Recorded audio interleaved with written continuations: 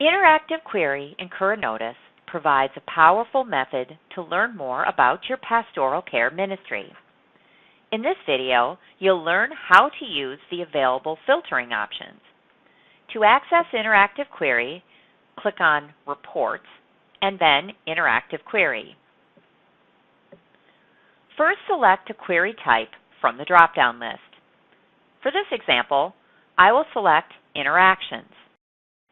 I am interested in learning how many completed interactions we have recorded in 2018. To do this, I'll need to add filters for both the date and the interaction status. I'll click on the icon in the Date/Time header to show the filtering options. In this case, I want to use greater than or equal to filter the date starting with January 1st.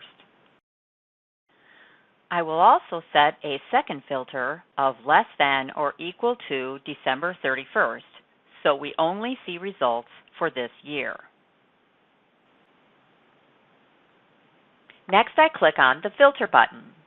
Now the grid is updated to only show interactions after January 1st, 2018. Next, I want to exclude all but completed interactions. Again, I click on the icon in the desired column header, this time Interaction Status. Since there are a limited number of options, there is a checkbox list of options to choose from. I will check Completed and click on Filter. The grid is again updated with this additional filter.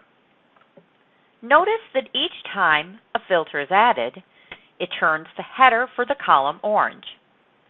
The filter is also added to the Current Definition section. This will help you keep track of the current rules for your query. That's how you can use filters with Interactive Query.